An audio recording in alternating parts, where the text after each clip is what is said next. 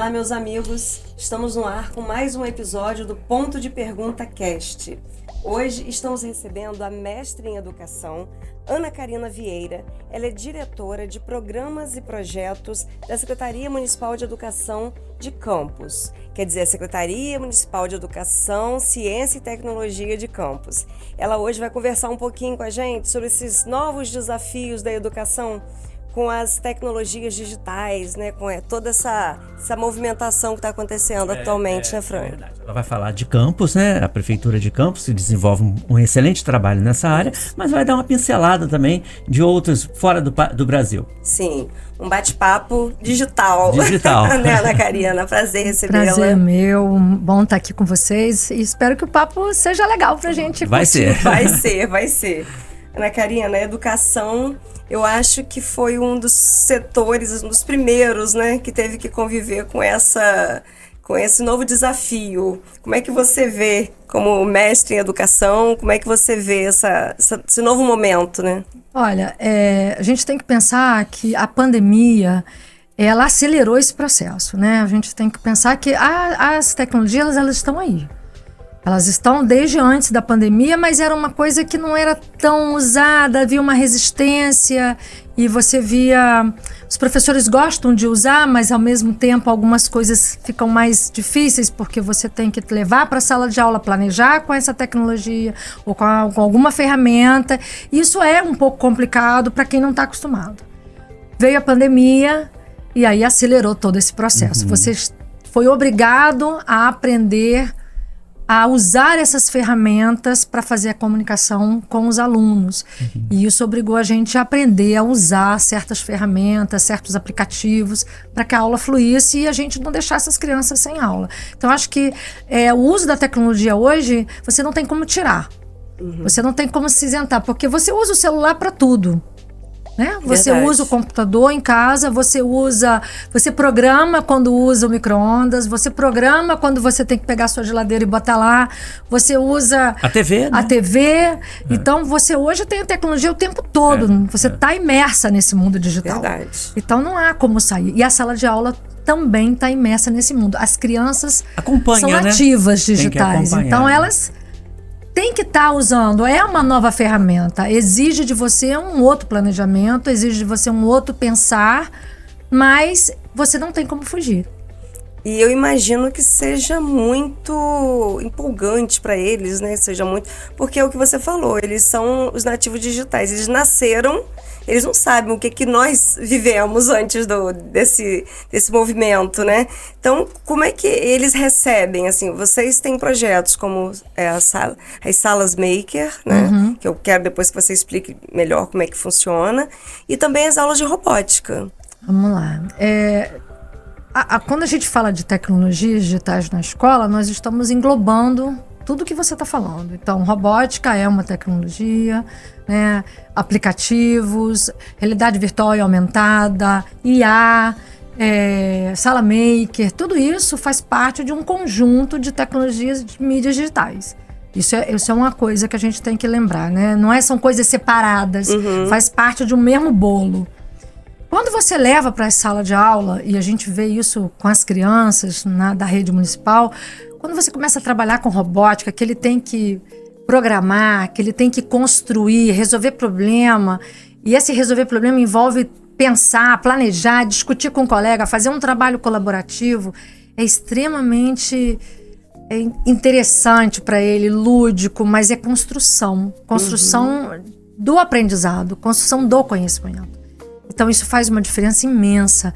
Ele ter que pensar em como ele vai programar, por exemplo, para o robô andar no tapete e ele fazer toda a programação para aquele robô ir a cada lugar e chegar a um determinado ponto. Ele teve que planejar, ele teve que pensar na programação, ele teve que executar, ensaiar, às vezes erra, volta, faz de novo, discutir com o colega. Então, são construções colaborativas em que eu discuto, eu dialogo, eu construo.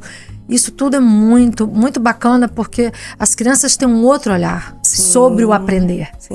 Então, o aprender não é só o quadro e giz e o caderno e o livro. é também dialogar com um colega que está do lado para construir esse conhecimento. E, Ana Karina, isso ajuda até na vida, né? Porque ele tem que resolver questões ali. Exatamente. Ele tem desafios que ele precisa resolver.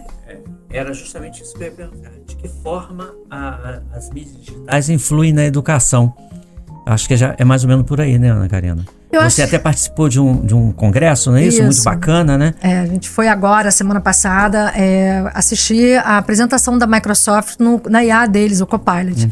E é muito interessante como eles estão se aproximando, porque a Microsoft era sempre muito corporativa.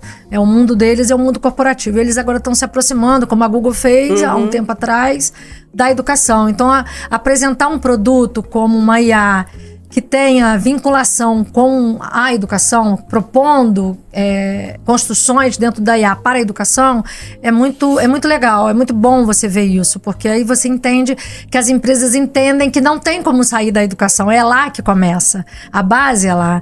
Então, se eu aprendo a mexer lá, se eu aprendo a trabalhar com aquele aplicativo, quando eu começo a trabalhar com essa IA desde a minha infância, eu começo a construir uma forma de lidar com a tecnologia melhor. Não de maneira mecânica, né? Não é botar lá, faça isso, mas é como eu vou colocar essa frase lá, olha, faça isso, assim, assim, para isso, né? Então, todo prompt que eu vou criar, ele vai ter um significado, mas não um significado mecânico, né? Simplesmente porque eu quero que escreva um texto. Esse é o problema da IA hoje. Sim, né? Indo na pronto. Sua pergunta inicial, né? A grande questão é como as crianças vão usar a IA para aprender, né? Então, você já tem colégio. Eu vi uma pesquisa outro dia, muitos hospitais já estão usando. Então, olha como é que você tem que preparar o indivíduo para usar, porque o médico também não usava. Ele está tendo que fazer formação para isso. Profissional, né? Do futuro, O profissional do futuro, ele precisa aprender a como utilizar a tecnologia para trabalhar, mas trabalhar no sentido de construção. Não é mecânico. O mecânico é eu chegar lá e botar... É como a gente faz hoje o celular. Você hoje não decora mais celular, né? Número de telefone. Ninguém sabe. Porque está na memória dele. Então você aperta e pronto. Né? Você não tem esforço cognitivo nenhum. Quando você tem que trabalhar com uma IA, você precisa fazer um esforço cognitivo, porque ela só vai produzir aquilo que você quer se você escrever detalhadamente, e aí envolve você planejar o que você quer naquilo. Né, com aquele aplicativo. E a IA é isso. Eu acho que a gente tem que ensinar as crianças. Eu ouvi uma pesquisa agora de várias escolas no Rio e São Paulo, que elas estão colocando a IA para os professores. Então, facilitando a correção de prova. Mas, claro, a IA pode corrigir errado. Então, você vai ter que dizer como ela vai corrigir aquilo. Sim. Então, você vai inserir as crianças também. O que eu quero que elas usem ali? Eu quero que elas criem argumentação, e aí, a partir dali, elas escrevam um texto. Outra coisa. Não é a IA escrever para ela. É interessante ver a IA, ouvir, né, sobre você falando sobre a IA, nesse ponto de vista, porque muitas vezes o que a gente vê, porque ninguém pensa mais para fazer, porque já vem tudo pronto. Mas se você não pensar o prompt, como você falou... Como é que você vai fazer? Como que vai sair errado do jeito que você quer? Não vai vir, né? As pessoas são pensamento muito errado sobre IA, né? É ilimitado, eu muito consigo limitado, tudo, muito não é dessa forma. É muito reduzido. Para você conseguir tudo, você tem que saber como pedir, Como né? vai pedir? É como se você entrasse numa loja, você vai dar um brinquedo, ele vai te dar qualquer um, mas se você detalhar o brinquedo, vai vir de outra maneira, e é mais ou menos isso. Você vai ter que detalhar. Então você pode pedir ao aluno, com esse texto, peça a IA para escrever. Agora você corrige. Não é ela que vai corrigir, é ele. Onde está o erro? Então, faz ele pensar, né? Fazer ele pensar sobre aquilo que ele está produzindo, auxiliado pela tecnologia. Mas não a tecnologia fazer para ele. É diferente, é um processo contrário. Usar com consciência, de forma crítica. Sim. Né? De forma que a construção seja sua. Porque quem pensa é o ser humano, não é a máquina. Sim, exatamente. É o nosso diferencial aí. O nosso diferencial é esse. A gente pensa, a gente tem emoção. E a sua escrita, ela precisa ter a parte emotiva. Por isso que ela fica mais bonita ou fica mais feia. Porque verdade. É a emoção que está escrita ali. A máquina não vai escrever dessa maneira. Nossa, é um assunto assim que eu adoro. Eu particularmente sou apaixonada. Extenso, né? Muito, muito amplo. Muito amplo. A gente falando sobre como é que funciona funciona na rede municipal hoje as salas maker? Aqui em Campos, né? Como é que elas funcionam? A gente, na verdade, a gente não tem uma sala maker como a gente imagina, né? As pessoas pensam que sala maker tem que ter determinado. Então, o que é uma sala maker? A sala maker é mão na massa. É tudo que você... Então, você pode trabalhar com sucata, você pode trabalhar com a parte de robótica, você pode trabalhar... Só não pode trabalhar, por exemplo, com videogame, porque isso não é mão na massa. É sentar e assistir, jogar. Então, não faz parte, né? Mas você pode... Tudo que é construção... Então, você pode ter uma máquina de costura, você pode ter ferramentas, né? Então, a gente agora está adquirindo essas salas. Mas nós já temos antes salas com robótica, com Chromebook, com tablet, com sucata, com MindLab, com programas de matemática como o Edu tem. A gente tem algumas salas. A gente tem hoje 87 professores de tecnologia espalhados em 76 escolas. Mais da metade das nossas escolas tem um professor qualificado para trabalhar hoje com as tecnologias, auxiliando os professores de sala de aula.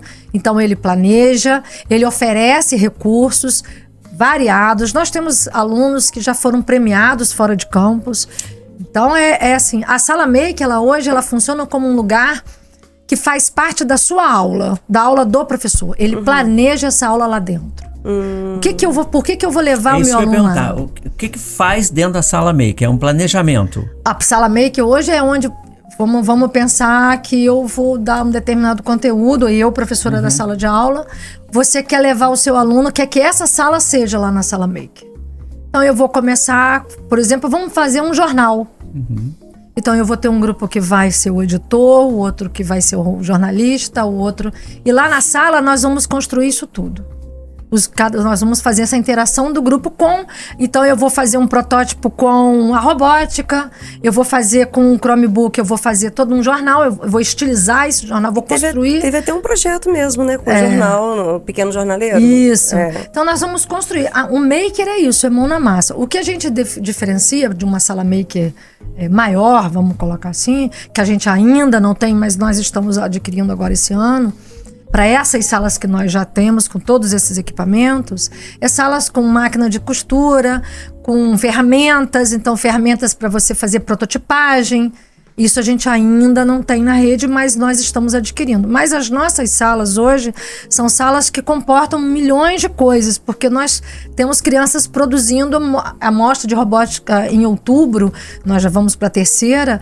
Elas são construídas pelos professores e pelas crianças, né? Não é o professor de tecnologia que faz isso. Eles auxiliam.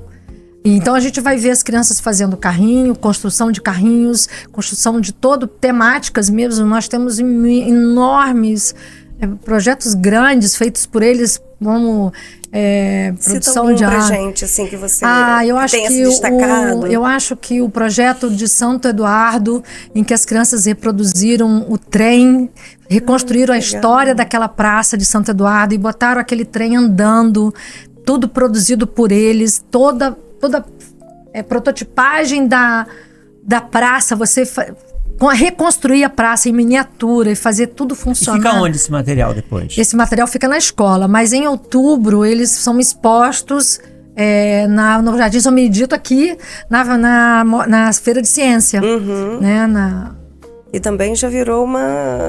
todo ano tem. Faz parte do calendário. E tá cada ano maior. A gente ano passado colocou quase 60 projetos, né, com quase 200 professores ali dentro, mais as crianças, e é muito legal isso.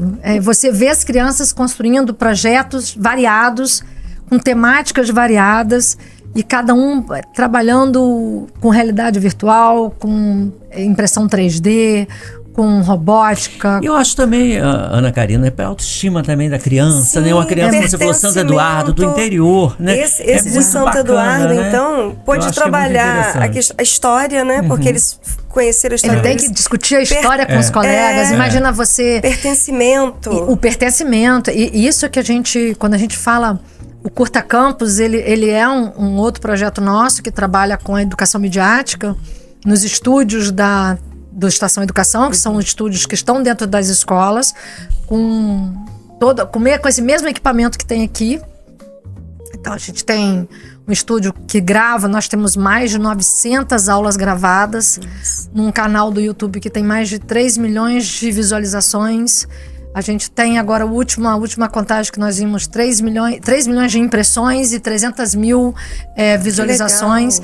Um projeto que já está sendo visto por outros municípios. Então, dentro do Estação Educação, que foi um projeto criado na pandemia para poder as crianças não perderem aula e ter a aula de reforço através das aulas gravadas. Mas nós criamos, dentro do Estação, o Curta Campus na Escola. O Curta Campus na Escola é um projeto que trabalha muito a questão do pertencimento. Quando eu falo de campus, eu resgato a alma. Tem sempre que ter um link nosso. Então, ano passado, a gente falou muito. Quantas crianças a gente tem curtas, são curtas de 5 minutos, criados pelas crianças, editado por elas, dirigido por elas, com auxílio, claro, da professora, mas tudo pensado por elas. Então, a gente teve crianças. Gente, eu não sei narrar para vocês como é bonito ver as crianças construindo, pensando em coisas de lendas. Por exemplo, eu não conhecia a lenda da loura da curva de farol. E as crianças foram lá meia-noite gravar na estrada e montar legal. Todo um curta falando daquele lugar, daquela lenda. Né? Envolver a comunidade, porque aí teve servente da escola, professor. É história pura, né? Sim, é resgate, né? É resgate da nossa identidade. E como que interliga, né? Como se interligam, assim, a questão da tecnologia, a questão da história. Exato. Aí outras disciplinas também vão entrando. Você vai também, vendo como as professoras vão se engajando e as crianças, e como eles curtem.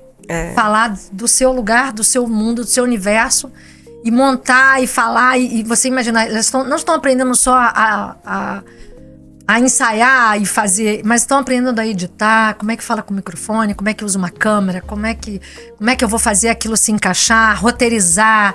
Então, tudo isso são eles que fazem, né? E a gente está preparando esse cara para trabalhar com as tecnologias. A gente está preparando esse aluno para estar inserido num mundo completamente digital. Porque vão existir profissões que ainda hoje não se falaram. Sim. Daqui a 30 anos vai ter coisa que a gente nem sabe. Verdade. Então, é preparar esse indivíduo para usar a tecnologia com muita consciência, de forma muito crítica. Sim. O que dá e o que não dá para fazer e por que não dá para fazer. Esse é o diálogo. Né? O celular na escola é esse. Esse é o próximo ponto que eu vou tocar com você. Como equilibrar nessa proibição que fez agora um ano, em janeiro. Como equilibrar a proibição do uso de celular em sala de aula com todas as novas, né, tecnologias que vão surgindo. E a necessidade do aparelho, né? Porque eu acho que fazendo isso tudo também nem lembra de celular, né, no primeiro momento. Eu acho que... Eu penso assim... As crianças menores, né, nós estamos falando de criança de creche, elas realmente não devem ter acesso. É um erro, né? E a lei veio para corrigir isso. Né? Você não tem que pegar uma criança que tem 2, 3, 4 anos e botar infinitamente vendo televisão. E a gente vê muito isso com os pais. Existe a responsabilidade dos pais de pegar um celular e falar, toma aqui, para não me incomodar enquanto eu estou fazendo a unha, ou quando eu estou limpando a casa, ou quando eu estou na escola, né? É um erro. A gente precisa corrigir isso, porque é algo nocivo para aquela criança. Em determinado momento da vida dela, de 2 a 4, 5, 6, 7 anos, ela precisa interagir. Ela precisa trocar com o outro, ela precisa interagir com o mundo. E o mundo não digital, o mundo físico. Né? É a conversa, é a brincadeira com elementos físicos, né? Com brinquedos que vão dar a ela uma outra dimensão da vida.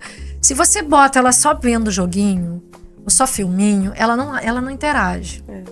Ela perde esse momento que é tão importante de construção da sua identidade, construção do seu mundo. Além de a gente criar essa geração ansiosa, né? Que tudo é muito rápido, tudo tem que ser imediato. Porque ela olha, não gostou, passa à frente, não gostou, passa à frente, né? Então você tá uma criança também sem foco. E eu acho que a gente precisa ter muito cuidado com isso. Então a lei veio realmente corrigir essa distorção, né? A escola é um lugar de aprendizado e é um lugar da tecnologia. Mas é um lugar onde a tecnologia precisa ter intencionalidade, precisa ter propósito, precisa ter acompanhamento pedagógico, né? Então eu acho que quando você alia, né, sua aula, você vai fazer uma aula, e sua aula, para ficar melhor, você inserir um aplicativo, aí o celular volta. Ele tem que ter uma intencionalidade pedagógica. Ele precisa ter um propósito pedagógico. Eu não posso utilizar por utilizar. Né? Não é fazer conta. Não é fazer uma pesquisa por fazer. Aquela pesquisa precisa ter um caminho, uma trilha pedagógica. Esse é o diferencial, né? O propósito. O propósito. Porque todo o uso da tecnologia envolve propósito. Não está ali à toa. Eu não posso botar a criança para construir um bonequinho com a robótica sem um propósito. O bonequinho tem que ter um propósito. Eu não posso fazer uma programação desnecessária. Eu preciso ter um propósito pedagógico para aquilo que eu estou destinando o uso da tecnologia. Esse é o diferencial, é você entender isso. Né? Tudo é válido na escola. Você pode usar sucata como trabalhando com robótica. Né? Você pode usar o celular na sala de aula. Mas você vai ter que dizer para quê. Quando isso é bom e quando não deve entrar. É uma escolha do professor. É a intencionalidade do professor durante a sua aula. Então, não é só a lei. A lei vai te dar uma vertente de uso. Mas é você, professora, que tem que ter consciência de como utilizar aquele recurso. E seja o recurso que for. Você pode botar uma bola. E se você usar mal a bola na sala, perdeu o propósito. Se você usar a bola com um propósito, você também vai ter uma aula melhor. Os resultados vão ser diferentes. Os resultados são diferentes, exatamente. Lembrando que a gente está falando, né, dessa lei que proibiu, e teve agora também, que eu acho que pode vir ajudar muito, né? Entrou em vigor o ECA Digital, e aí eu acho que pode trazer resultados diferentes. O uso com responsabilidade, né? O uso mais consciente, até mesmo dos pais, né? Sim. Em relação a isso. Eu acho que foi um avanço nesse contexto aí que você está falando. Além desse evento que você citou no passado, que tem todo ano lá no Jardim São Benedito, Jardim São Benedito. Vocês têm preparado outros eventos também, preparando professores, alunos? Isso. Nós temos, durante o ano, a cada 2 anos, nós fazemos o Seminário de Tecnologias e Mídias Digitais na Educação. Ano passado, nós trouxemos um palestrante da França, trouxemos uma pessoa do Instituto Palavra Aberta, que trabalha exclusivamente com mídias digitais. E foi muito bom, porque durante esse seminário, né, além de outros eventos que a gente vai fazendo ao longo do ano, mas esse é um dos eventos mais importantes que eu considero, porque ele traz olhares diferentes. Então, são olhares de pessoas que estão em outros lugares, que atuam em outros lugares e que fazem essa leitura com a gente aqui. Trazer para fazer a formação dos professores. Dialogar com os professores temas que são importantes. Então, ano passado, a gente teve, pensando a educação do futuro com esse palestrante, nós tivemos uma mesa redonda com vários professores da UENF, do IFE, do ISE, discutindo a questão dos jovens e as redes sociais, né? A questão, porque a gente hoje é uma problemática nossa em fazer com que o jovem entenda que o uso das tecnologias influem também na vida pessoal deles e que elas são feitas para o entretenimento, sim, mas é preciso ter o entretenimento com responsabilidade. Você não desaparece quando está na rede. Sim. Por mais que você ache que você pode fazer anônimo, mas você está ali. Você está ali e você pode ser responsabilizado por aquilo que você fala ali também. Isso precisa ser colocado para os jovens, né? Então esse seminário, ele traz esse diálogo com os professores, e junto com o seminário, a parte de palestras, nós temos uma feira que a gente apresenta, todas as escolas, todos os professores de tecnologia apresentam aquilo que está sendo feito nas escolas. Então a gente traz todas as nossas ferramentas são expostas com projetos que estão sendo desenvolvidos nas escolas. Eu acho que é um momento muito, muito bacana, é um momento muito importante quando os professores de tecnologia, que são profissionais que são qualificados, são formados, passam por muitas capacitações para que eles possam atuar nas escolas em auxílio aos professores no que seja o uso das tecnologias digitais. Mas é um momento extremamente importante pelo diálogo que se coloca, trazendo pessoas de fora, não só da prefeitura, mas de fora, para dialogar conosco. É justamente isso que eu ia te perguntar, Ana Karina. O professor, de modo geral, está preparado para todas essas mudanças? Eu acho que a gente nunca está. Eu vou dizer por mim, né? Com toda eu tô há 25 anos nessa área da tecnologia e a gente nunca está pronto, né? E eu acho que o professor de sala de aula, ele tem sido empurrado cada vez mais para o uso. Então, os professores mais novos, que estão saindo da universidade agora, já usam com mais facilidade. Até porque eles estão mais dentro do mundo digital que os mais antigos, né?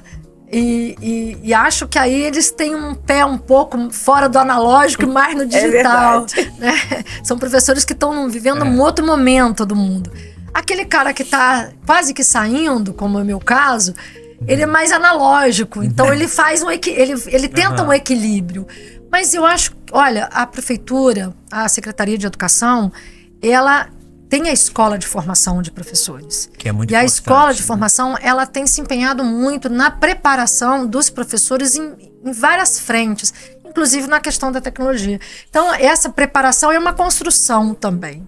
E veja, seria muito reducionista a gente dizer que essa preparação é só para a sala de aula. Não, essa preparação é para a vida. É para ele ensinar o neto, é para ele ensinar o filho. Né? Então, preparar esse professor não é só para a sala de aula. Essa preparação envolve uma mudança de mentalidade. O uso da tecnologia envolve isso. Mudar a forma de pensar, de planejar a aula, de perceber quem é seu aluno, né? Quem é meu aluno? Meu aluno é aquele cara que estava lá na sala 50 anos atrás, meu aluno é outro hoje. É um cara que está com o celular, a mãozinha tá o tempo todo, né? Eu tenho a minha filha começa com o celular e ela com os 2 dedos. Eu ainda tô com um dedo só. Mas o dedinho dela... Eu também. A gente tem uma certa facilidade. Às vezes você percebe... Olha, é uma coisa muito... Eu falo muito essa informação, como é engraçado. A gente compra um celular novo. E aí a gente ainda tá olhando o manual, que agora já não tá mais escrito, tá no celular, você tem que acessar ele aqui. Mas se você pegar para uma filha e falar assim, como é que funciona? Rapidinho. E ele fala, isso, ele não deu tempo nem de você olhar. Ele já preparou. Dispensa o manual. Já dispensou o manual e o cara já sabe. Isso é porque ele tá imerso. Ele sabe onde é que tá. A gente ainda fica procurando, mas onde que tá? Porque a gente fica brigando com a máquina, eles não brigam com a máquina. E o professor é esse cara que a gente é também. Eu perguntei isso justamente por causa da Escola de Formação do Professor, que eu acho que é muito bacana também, que a rede pública de campus tem, né? Ter uma escola de formação é extremamente importante do ponto de vista de você poder qualificar cada vez mais o profissional que está à frente de uma sala de aula, que está à frente da gestão de uma escola, que os pedagogos da rede, você ter cada vez mais... um profissional preparado, qualificado, moderno, inovador, é muito importante para a qualidade da educação que a gente faz. E é interessante isso que vocês estão falando também, porque hoje outra realidade, né, da educação é o crescimento até do público, de alunos neurodivergentes. E a tecnologia também ajuda nessa parte, né? Ajuda nesse educar, inserir, né, essas crianças. Só para te falar, a gente agora vai qualificar, a gente vai fazer um curso de robótica para os professores que atuam com as crianças especiais. E eles vão trabalhar com robótica com essas crianças. Que legal, né? Então, aqui pertinho, na escola inclusiva aqui pertinho de vocês aqui.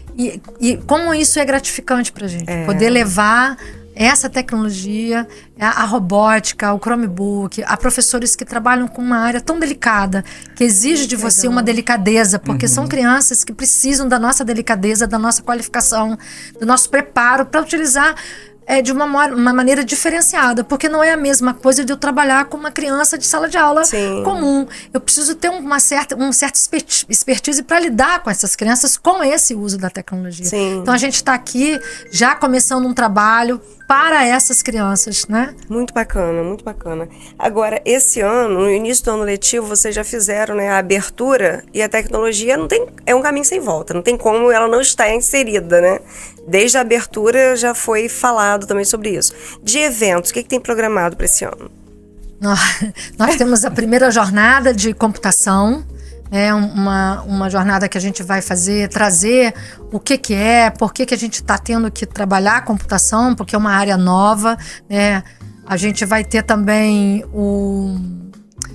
a mostra de robótica, a terceira mostra de robótica, com mais escolas. Hoje nós estamos, ano passado nós apresentamos quase 60 por 70 projetos. Esse ano é muito mais do que isso. A gente não sabe nem como é que vai fazer. A professora Carla Salles vai ter que dar um espaço maior pra gente dentro da feira dela, né? E a gente tem agora, dia 30, lançando uma cartilha que é um guia de segurança no mundo digital. A gente está lançando agora, junto com a Escola Legislativa, eles fizeram uma parceria conosco, com o SIDAC, e a gente vai chamar alguns vereadores também para estarem ali. É importante que eles entendam a lei de proteção. Então a secretária vai lançar esse guia que nós produzimos pela secretaria, um guia que vai ser o início de uma coletânea, porque nós vamos fazer, esse guia foi feito para professores e pais, agora vem um guia para uma cartilha interativa para as crianças e depois uma para a adolescência. E a partir de uma conversa que nós tivemos, a gente vai levar uma roda de conversa para as escolas e é um interesse particular meu de voltar com um projeto que a gente tinha um tempo atrás com a Secretaria de Idosos, que hoje não é mais secretaria, acho que é uma superintendência, para falar com eles também, porque veja, os idosos sofrem muitos golpes pela internet. Então, fazer essa consciência, essa conscientização com eles, essa formação com eles é muito importante também. São os nossos pais, são os nossos avós, né, que precisam também de um auxílio para ter segurança no mundo digital. É isso que eu ia te perguntar. Dá um exemplo de o que consta nessa cartilha, por exemplo. Essa cartilha, por exemplo, ela fala de fake news. Ela fala de bullying, cyberbullying, phishing. Ela fala de abuso, fala de jogos. Então, como determinados ambientes, elas podem causar danos muito grandes. Então, ali na cartilha a gente tem o problema, né, estabelecido, o que é um cyberbullying, como ele acontece, e uma parte de orientação para os pais de como eles devem não se comportar, mas o que eles podem orientar os filhos para que eles não caiam nessa situação. Então, nós colocamos alguns dos problemas mais comuns, né? Por exemplo, as crianças, a coisa da bet, né? As crianças estarem jogando, e ali naqueles jogos acontecem muitas coisas. Então, não tem nem maturidade. Como é que esses pais devem orientar os seus filhos? Isso está lá na cartilha. Como é uma cartilha voltada tanto para pais como os professores, a gente colocou também essa questão da lei. Então, ela está toda permeada, toda dizendo... Embasada nas leis, um glossário no final, porque tem muito pai que você fala o que é uma IA. Ele não sabe. Ou o que é um phishing. Então, a gente fez isso para ele. E essa cartilha vai ser distribuída? Essa cartilha, ela é online e ela está sendo enviada para... Está no portal da prefeitura, está no portal nosso, da Secretaria de Educação, né? E a gente tem lá... Qualquer um pode ter acesso, né? Pode ter acesso. É uma cartilha para todo mundo. Esclarecedora. E ela já foi adequada também de acordo com o novo... Com a nova lei. Com a nova lei. Mas já está no portal? Já está no portal. Já está no portal. Bacana, interessante, né? Ana Karina, olha, muito enriquecedora a sua entrevista. Assim, eu, particularmente, como eu falei, né, eu gosto muito do assunto. Então, assim, é um deleite para mim. Mas eu queria saber mais um pouquinho de você também. A gente sabe que você fez mestrado fora do Brasil. Conta um pouquinho dessa experiência, onde foi, como foi. Nossa, eu sou funcionária da prefeitura há muito tempo. Estou fazendo 37 anos de prefeitura. Nossa, então de carreira mesmo. De carreira, são 2 matrículas. Eu sou pedagoga da rede, né? E há uns anos atrás eu achei que estava na hora de pausar a prática e fazer um mestrado. Eu já tinha feito a pós-graduação, eu fiz também lá. Eu fiz uma pós chamada Informática e Educação. E dessa pós-graduação, os nossos professores lá nos convidaram para entrar diretamente no mestrado, porque era o mesmo grupo. Então fomos todos parar no mestrado, e o mestrado é um mestrado chamado Educação Psicoinformática. Então, a educação psiquismo informática aqui no Brasil não tem, e a UFRJ, ela validou como informática e educação. Ficou assim. Mas a experiência de você fazer fora é uma experiência curiosa. Eu quando olho para trás, parece que foi em outra vida. Não. Ela te ajuda muito a olhar com com um distanciamento, né? E esse distanciamento é bom para você fazer análise. Então, quando eu fiz a minha dissertação de mestrado, eu voltei para campus, porque eu queria falar daqui. Então, naquele momento, o campus não tinha tudo que a gente tem hoje. Eu fiz em 2001, já faz tanto muito tempo. A gente não tinha todo esse aparato tecnológico que a gente tem hoje. Me lembro que quando eu comecei com o computador, que eu vi pela primeira vez, ele era todo verdinho. Que eu nem me lembro mais o nome, mas tinha um nomezinho. Ele era eu esqueci o nome. Era uma coisa assim. E eu aprendi o Windows lá. Foi a primeira vez que eu vi o Windows. Então, é um olhar diferenciado. E a tecnologia também era outra. Era outro momento. Você não tinha nada. Você não se falava de robótica. Não robótica para educação. A robótica já há bastante tempo, mas para o mundo militar, para o mundo da engenharia, mas não dentro da educação. Esse é um momento muito novo nosso, né? Ter que estar lidando com essas ferramentas agora. Você falar de IA, quem ia falar de IA? Nem pensava nisso. A gente não ia falar de IA na educação, e hoje ela está dentro da sala de aula. Você pede para um aluno fazer um texto, ele vai lá e bota, né? Mas é aquilo que eu te falei. Mas esse aprendizado fora foi muito enriquecedor, porque você vê um outro olhar, de um outro lugar, de uma outra cultura. Você bebe dessa cultura também, volta diferente, volta pensando projetos diferentes. Amplia muito o seu olhar, né? Quando a gente vê esse recorte que você falou, né, de 2001 pra cá, quanta coisa mudou. Quanta coisa aconteceu. 25 anos. Eu tava lembrando. 25 anos mudou tudo. E 25 anos não é nada, né? Pouquinho tempo, nada. né? Eu vou fazer um recorte. Quanta mudança, né? Vou fazer um recorte menor. Eu acho que foi no ano de 2018, talvez, eu não me lembro muito bem, quando a gente foi fazer matéria das telas interativas. Sim. Você lembra? Também foi mais recente, mas a gente não imaginava viver o que a gente está vivendo hoje em termos de tecnologia. Que fosse já chegar era uma coisa que estava longe, chegou. Né? A tecnologia também, você falou da pesquisa, e mudou essa prática também de pesquisa, né? Porque antes a gente tinha que ir para a biblioteca, pedir. Saber qual é o livro que vai pegar. Saber qual é o livro, ficar lá quietinho, em silêncio. E hoje não, hoje você... O grande lance também que você tem que lembrar, e dando esse exemplo que você usou, é que quando você ia à biblioteca, você interagia com as pessoas. Hoje eu posso parar de falar aqui e começar a pesquisar, e eu tô sozinha, eu e a máquina. Cada um no seu mundo. Então, quando você fala de aprendizagem com tecnologia, você tem que falar de colaboração. É uma troca com o meu colega que está aqui do lado, para a gente descobrir aqui, usando aqui, o que é que eu vou querer usar. O que é que nós dois vamos chegar à conclusão que é o melhor. Esse é o mais importante. Isso é tudo que a gente quer, que o aluno converse, porque conversar é trocar. É compartilhar.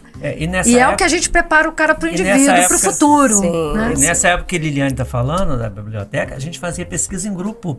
É o que você falou, né? Essa interação. E o grupo a gente da fazia, escola. o grupo da escola. 3, 4, 5, 6 crianças, né? E tinha aquela interação, aquela discussão, aquela troca de ideias, né? Verdade. Exatamente. Aí agora já... entende? Porque quando a gente fala do curta campus, quando a gente fala de trabalhar com robótica, a gente tem que falar de trabalhar em grupo, de interação.